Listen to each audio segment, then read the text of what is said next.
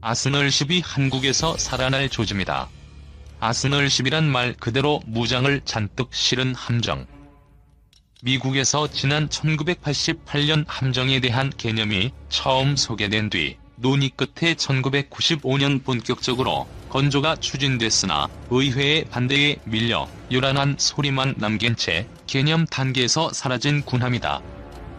본고장 격인 미국에서는 실현되지 못한 아스널10이 한국에서 부활의 날개를 펼치고 있다. 아직은 연구기관과 군 일각의 초기 개념 공유 및 수기 단계지만 의외로 진척을 보일 가능성이 없지 않다. 두 가지 이유에서다. 우선 비공개 세미나와 토론회를 통해 최소한의 공감대가 형성됐다. 두 번째, 북한의 핵과 탄도미사일 도발로 작전 환경이 변화하고 있기 때문이다. 다만 이런 방안이 실현돼도 한국형 아스널10의 규모는 미국이 추진하던 전함급 아스널10보단 훨씬 작아질 것으로 전망된다. 미국은 이배의 수직 미사일 발사대 512개를 실을 계획이었으나 우리가 개발할 한국형 아스널10은 3분의 1 수준이 적합하다는 의견이 많은 것으로 알려졌다. 지상 공격을 위해 탄생한 아스널10 옥스퍼드 온라인 영어 사전을 보면 아스널은 무기나 군사장비의 묶음 또는 무기나 군사장비를 제조하는 공장이나 보관하는 창고라는 뜻을 가졌다. 아스널10은 바다에서 움직이는 미사일 탄약고라고 할 수 있다. 개념으로만 연구됐지 실전 배치는 물론 건조된 함정도 없다. 미 해군이 이런 함정을 생각하게 된 시기는 1950년대 이후. 덩치 큰 전함들을 잇따라 퇴역시켰으나 그 타격력을 잊지 못해서다. 아이오와급 전함의 16인치 주포 구문의 동시 발사는 지구상에서 원자폭탄을 제외하고는 가장 위력이 세다고 인정받던 터. 전함이 퇴역하며 지상 공격력이 떨어지자 미국 해군은 1970년대 핵추진 순양함까지 찍어냈다. 각종 미사일 60여 발 이상을 탑재하는 순양함을 건조한 게 바로 이 때문이다. 21세기 미사일 전함으로 각광받았으나 변화가 생긴 것은 1988년부터. 한 예비역 제독이 낸 아이디어를 신중하게 검토한 미 해군은 1995년 이를 공론화했다. 검토하는 동안 본격적으로 보급되고 신뢰성이 검증된 수직발 사관 시스템과 정보 공유 시스템 덕분에 아스널10도 무적의 괴물 21세기의 미사일 전함으로 불릴 정도로 떠올랐다. 미 해군은 아스널함 예상도에 BB-70이라는 예비 함번을 붙여 20세기 전함의 명맥을 잇는 함정이라는 뜻을 숨기지 않았다. 그러나 1997년 미국 의회가 관련 예산을 전액 삭감하면서 아스널10에 대한 기대도 바로 꺼졌다. 아스널10, 주멀트급 구축함 등에도 영향 사업은 중단됐지만 아이디어는 그대로 생존해 두 가지 커다란 흔적을 남겼다. 첫째는 주멀트급 구축함. 일반함포보다 사거리가 3배나 먼 장거리 지상 공격 포탄을 쏠 수 있는 155mm 함포를 개발하고 수상전은 물론 상륙작전까지 지원하는 임무를 맡겼다. 문제는 과도한 건조 비용. 척당 건조 단가가 5조 원에 이른다. 미국도 이 같은 건조비를 감당할 수 없어 건조 물량을 계획한 32척에서 달랑 3척으로 줄였다. 주멀트급의 주요 임무 역시 지상 타격에서 함대 지원으로 방향을 틀었다. 미 해군이 지난 90년대 중반 대지상 타격 능력 강화를 위해 도입하려면 아스널10의 예상도 각종 미사일 500기를 적재해 21세기형 미사일 전함으로 각광받았다. 예산 사정 등으로 사라졌던 아스널함이 되살아날 조짐을 보이고 있다. 아스널10, 한국과 관련 만화, 건조가 무산된 아스널10의 영향을 받은 두 번째 함정이 바로 오하이오급 원잠. 오하이오급은 잠수함 발사 탄도미사일을 적재하는 전략 잠수함이지만 미 해군은 이를 새로운 함정으로 개조했다. SLBM을 한 발을 적재하는 대형 사일로를 7개로 갈라 토마호크 순항 미사일 발사대로 삼았다. 24개 사일로 가운데 2개는 특수부대 작전용으로 떼어주고 22개의 7교씩 모두 154기의 토마호크 미사일을 적재한다. 현존 함정 가운데 가장 강한 타격력을 갖췄다는 평가를 받는 오하이오급 개량 공격용 원잠은 북핵 위기 때마다 한반도 해역에 출동해 전쟁 억제력으로 작용하고 있다. 북이 초긴장하던 LSMR 시흥함의 21세기판 한국 해군은 대지 공격을 위해 화력을 집중 운용해본 경험이 있다. 1945년 6월 태평양 전쟁 종전 직전 미국에서 건조된 중형 상륙함에 로켓 발사대를 안친 화력 지원함으로 한국 전쟁에도 참전했던 미 해군 LSMR 527 화력 지원함을 1963년 공여받아 1980년까지 알토란처럼 써먹었다. 중형 상륙함에 로켓 발사대 10개를 장착한 시흥함이 출동하면 북한군이 비상경계에 들어갈 정도로 화력 지원함은 북의 공포의 존재였다고 전해진다. 도입 논의가 일기 시작한 합동화력함은 과거 시흥함에 비할 바가 아니다. 적어도 100발 이상의 미사일을 탑재해 동해와 서해에서 전략 목표를 강타할 수 있다.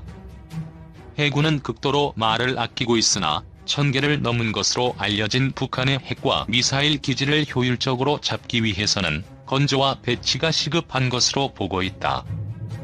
내년 말에야 윤곽 나올 듯. 구체적인 내용은 선행 연구와 합동성 검토 등이 끝날 내년 말께나 나올 것으로 보인다. 확실한 것은 가격을 낮추기 위해 전자, 통신 장비는 줄이되 대공미사일은 자함 방어 수준만 운용하고 탄도미사일인 현무2 시리즈와 순항미사일인 현무3 미사일을 혼용할 것으로 알려졌다. 함형 역시 건조 단가를 낮추기 위해 기존의 함형을 그대로 적용할 예정이다. 상륙함이나 구축함형이냐가 관건이다. 반대론도 넘어야 할 장애물이다. 함정 건조 단가는 낮아도 수백 발의 미사일을 탑재하기 위한 무장 비용은 높아질 수밖에 없다.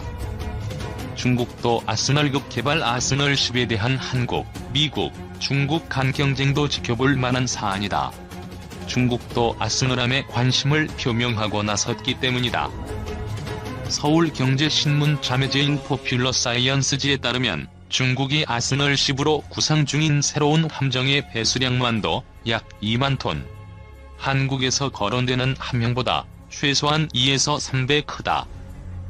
중국은 이 함정을 2가지 형태로 개발할 계획이다. 전통적인 수상함정 형상과 잠수함형의 2가지를 평가해 하나를 고르거나 2가지 다 선택할 예정이다. 탑재하는 미사일은 약 300기. 만약 한국의 아스널 10 계획이 그대로 진행되고 미국이 안토니오급을 아스널 10의 플랫폼으로 쓴다면 중국이 아스널 10 미사일 발사관 숫자에서는 가장 앞설 수 있다. 한국형 아스널 10 합동화력함 만든다. 해상서 북도발 대량 응징. 정부가 내년 스텔스 전투기를 탑재할 수 있는 경항공모함 건조 사업을 시작한다. 당초 2020년대 중반부터 본격화될 것으로 예측됐던 항모 사업의 착수 시기를 대폭 앞당긴 것이다. 또 해상에서 미사일을 발사할 수 있는 합동화력함 전력화 사업도 공식 착수키로 했다. 북한의 위협에 대응하면서 주변국 전력 증강에 대응해 억제력을 강화하는 차원이다. 지난해 5월 진수한 대형 수송함 이번함인 마라도함. 한국형 항모는 마라도함보다 크기를 더 키워 스텔스 전투기인 F-35B를 태울 예정이다. 중앙포토. 국방부는 14일 2020에서 2024년 국방중기 계획을 발표하고 이 같은 내용을 신규 사업으로 담았다. 이 계획에 따르면 경항모 도입은 대형 수송함이라는 사업명으로 실시된다. 단거리 이착륙 전투기의 탑재 능력을 고려해 국내 건조를 목표로 내년부터 선행 연구를 시작하고 늦어도 2030년대 초에는 전력화를 완료한다는 게 군 당국의 계획이다. 대형 수송함 2는 독도함과 마라도함에 이은 제3의 대형 수송함을, 여기에 탑재될 단거리 이착륙 전투기는 스텔스기인 F-35B를 각각 뜻한다. 당초 군 당국은 지난달 경항모 건조 사업을 장기전역 소유로 결정했다. 장기전역 소유는 2026년 이후 전력 도입 사업의 밑거름이다. 그런데 이를 대폭 앞당겨 내년에 선행 연구에 돌입한다. 군 관계자는 장기 계획이 한 달 만에 중기 계획으로 바뀌어 당장 내년부터 예산을 받고 연구에 들어가는 사업은 극히 이례적이라고 밝혔다. 다른 관계자는 청와대 의지가 반영된 것으로 파악된다며 이번 정부 내 되돌릴 수 없는 수준으로 사업을 진행시키겠다는 의미라고 말했다. 이미 정부 내에선 항모 한 척을 보유하고 있는 중국이 향후 6척의 항모 보유국으로 발돋움하려 하고 일본 역시 항모 전력 확보에 뛰어든 점을 감안하면 한국도 대응책이 필요하다는 의견이 제시돼 왔다. F-35B 도입과 관련된 연구는 한국국방연구원에서 진행돼 다음 달 결과가 나온다고 한다. 한국군 전력 사업에서 처음 제시된 합동화력함 도입도 눈에 띄는 대목이다. 합동화력함은 유사시 정육상 지역 표적을 바로 타격할 수 있도록 함정에 미사일을 탑재하는 한국판 아스널 10이다. 본토의 미사일 기지 전체가 초토화되더라도 해상에 상시 떠있는 함정에서 반격 발사가 가능해 적국의 공격 결심을 무디게 만들 수 있다. 이른바 제2격 개념이다. 이는 전적으로 북한을 염두에 두었다는 평가다. 정부가 한반도 상황이 엄중해질 것을 대비해 플랜 B를 계획하고 있다는 의미다. 국방부는 합동화력함을 국내에서 건조하고 2020년대 후반 전력화할 방침이다. 여기에는 탄도미사일인 현무2 시리즈와 순항미사일인 현무3 미사일 등이 탑재될 것으로 관측된다. 국방부 관계자는 기존 해군 함정 플랫폼이 아닌 새 플랫폼을 설계할 것이라며 4,000에서 5,000톤급인 한국형 구축함 규모로 2에서 3척 도입을 예상하고 있다고 말했다. 경항모와 합동화력함 모두 북한이 민감해하는 무기 체계다. 실제 북한은 지난 7일 한국의 무기 도입을 비난하면서 경항모를 거론했다. 북한의 방공망을 뚫고 평양의 주요 목표물을 타격할 수 있는 스텔스기가 탑재되기 때문이다. 또 북한은 1970년대 로켓 발사대를 탑재한 한국의 화력 지원함인 시흥함이 출동하면 비상경계에 들어갔다. 시흥함과 비교할 바가 아닌 합동화력함을 놓고 북한이 강력 반발할 가능성이 있다. 정전탄과 전자기 펄스탄 등 비살상 무기체계도 개발한다. EMP는 강력한 전자기파로 전자기기 내부 회로를 태운다. EMP 공격에 노출된 전자회로는 완전히 타버리기 때문에 복구할 방법이 없다. EMP 공격은 현대 문명을 순식간에 석기시대로 돌려보낼 만큼 치명적이다. 특수한 가림막 시설로 EMP 전자기파를 막을 수 있지만 빈틈을 완벽하게 막아내는 기술을 매우 어렵다. EMP 전자기파는 보통 핵무기 폭발 때 부수적으로 발생한다. 그러나 비핵 EMP도 기술적으로 가능하다. 권용수 전국방대학교 교수는 배터리에 저장된 전기에너지를 순간적으로 방출해 고출력 전자기파를 만드는 펄스 전력 방식으로 EMP 효과를 만들 수 있다며 폭탄처럼 화약을 폭발시켜 전자기파를 만드는 자장 압축 방식도 가능하다고 말했다. 국방부는 구체적인 EMP 설계 방식과 배치 시점은 공개하지 않았다. 국방과학연구소는 1990년대 말부터 극비로 EMP 발생 장치 기술을 개발해왔다. 항공기 투하용 폭탄에 탑재할 수 있는 크기와 무게 수준까지 개발을 완성했다고 알려졌다. 군 관계자는 특정 건물이나 수백 미터 안에서 효과를 가져올 수 있다며 무게를 늘려 탄도미사일에 탑재하면 수 킬로미터 지역에 EMP 효과를 가져올 수 있다고 말했다. 정전탄도 대표적인 비살상 무기로 분류된다. 탄두에서 화학 처리된 흑연 필라멘트 또는 니켈 조각을 담은 자탄이 살포된다. 변압기를 비롯한 전력 공급 시설에 떨어지면 전기 합선과 누전을 일으켜서 전력 공급을 차단한다. 군 관계자는 탄소섬유탄이 북한 발전소 상공에서 폭발하면 핵과 미사일 기지를 비롯한 지하 군사시설에 공급하는 전력망이 끊겨 전쟁 수행 능력이 무력화될 것이라고 말했다. 한국은 2006년부터 옹용 연구를 시작했고 선진국 대비 80% 수준 기술을 갖췄다. 국방부는 지난 2016년 발표한 국방중기 계획에서 탄소섬유탄을 2021년까지 개발 및 배치하겠다고 밝힌 바 있다. 고출력 레이저 위성 감시, 추적 체계 구축 사업이 중기 계획에 처음 포함된 점도 눈에 띈다. 전 세계적으로 부각되고 있는 우주작전의 중요성을 반영했다는 게 군 당국의 설명이다.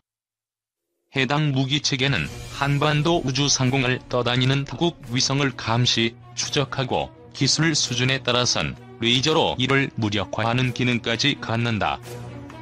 국방부는 또 북한의 미사일 위협에 대비한 탐지, 요격 기능 강화에도 공을 들였다고 강조했다. 계속 사업에 포함된 군정찰 위성을 2023년까지 전력화하겠다는 목표가 대표적이다. 거리만 3,000km, 탄두 중량이 7톤에 달하는 화성 15호 미사일 시험 발사의 성공, 미봉토에 대한 핵 투발 수단을 보유한 것으로 여겨진다. 또한 2016년에는 SLBM인 북극성 1호의 시험 발사에 성공했다. 이를 가장 은밀히 행동할 수 있는 수중의 미사일 발사 기제인 잠수함에 싣는다면 북한은 핵병기 개발의 완결성을 얻으며 더 나아가 한국과 미국을 상대로 핵선지 공격도 가능하다. 이에 맞서 전쟁 억지력, 즉 유사시 북한이 핵을 사용할 수 없게 하는 능력을 가지려면 우리나라 역시 바닷속의 전략 미사일 기지인 원자력 잠수함을 보유해야 한다는 것이다. 우리나라 해군의 재래식 잠수함인 209급과 214급. 재래식 잠수함은 이미 잠항 능력과 피탐지 능력 면에서 한계에 도달했다. 안재덕이 초대 함장을 맡았던 장보고함은 1992년에 취역했다. 북한은 이미 1960년대부터 소련제 위스키급 잠수함을 보유했고 1970년대부터는 소련제 로미오급 잠수함의 자체 건조를 시작했으니까 우리의 잠수함 보유 역사는 무려 30년이나 늦었다. 그 원인 중 하나는 잠수함이라는 무기체계가 매우 비싸다는 점이다. 1980년대 초반에 미국이 퇴역하는 탱급 재래식 잠수함을 한국 해군에 제공하겠다고 했지만 운용비가 너무 비싸 당시의 한국 해군은 고사한 바 있다. 하물며 원자력 잠수함은 재래식 잠수함보다 더욱 비싸고 정교한 무기체계다. 때문에 그 획득 규모와 방식은 신중하게 정해야 한다. 일부 언론의 보도에 따르면 우리나라는 지난 노무현 정권 당시 이미 해군 조함단 내에 362사업 단을 설치, 원자력 잠수함 건조를 위한 준비 작업을 실시했다고 한다. 그러나 안재덕은 이 362사업 단의 존재 여부 자체에 대해 강한 의문을 제기했다. 초급 장교 시절부터 전역 이후까지 줄곧 잠수함 관련 업무를 해왔지만 그런 조직이 있다는 정보를 어디서도 들어본 적이 없다고 그는 밝혔다. 그러면 원점으로 돌아가서 어떤 잠수함을 얼마나 보유해야 할까? 일각에서는 미국의 퇴역 원자력 잠수함 인수 가능성을 주장하기도 한다. 그러나 여기에 대해 안재덕의 의견은 지극히 부정적이었다. 앞서도 말했듯 원자력 잠수함은 엄연한 전략 무기다. 그리고 미국은 이제까지 자신들의 전략 무기를 외국에 준 사례가 거의 없다. 때문에 원자력 잠수함은 우리의 힘으로 독자 개발해야 한다는 것이다. 북한의 SLBM인 북극성 1호. 북한의 핵선제 공격을 막으려면 수중의 전략 미사일 기지인 원자력 잠수함이 필요하다. 원자력 잠수함은 동력장치 구성품이 재래식 잠수함보다 훨씬 크기 때문에 배수량이 최소 3,000톤은 넘어야 한다. 재래식 잠수함이 추진장치의 효율 문제상 최대 배수량 한계가 3,000톤까지인 점과는 정반대인 셈이다. 또한 잠수함은 쉬지 않고 작전 운용할 수 있지 못하며 상당한 시간을 정비 및 교육 훈련에 사용해야 하므로 필요 수량의 3배수를 확보해야 한다. 그렇다면 최소 6척은 있어야 2척을 상시 작전에 투입할 수 있다. 잠수함의 무장으로는 어뢰와 재래식 탄두 탑재 잠대지 미사일이면 충분하다. 3차 개정된 한미 미사일 지침으로 인해 한국이 보유하는 미사일의 탄두 중량 한계는 없어졌으며 사거리 한계는 800km로 늘어났다. 이 정도 성능의 미사일이라면 한반도에서는 핵탄두가 없어도 어디든 전략 타격이 가능하다고 한 제독은 덧붙였다. 대우해양조선 상무로 근무하면서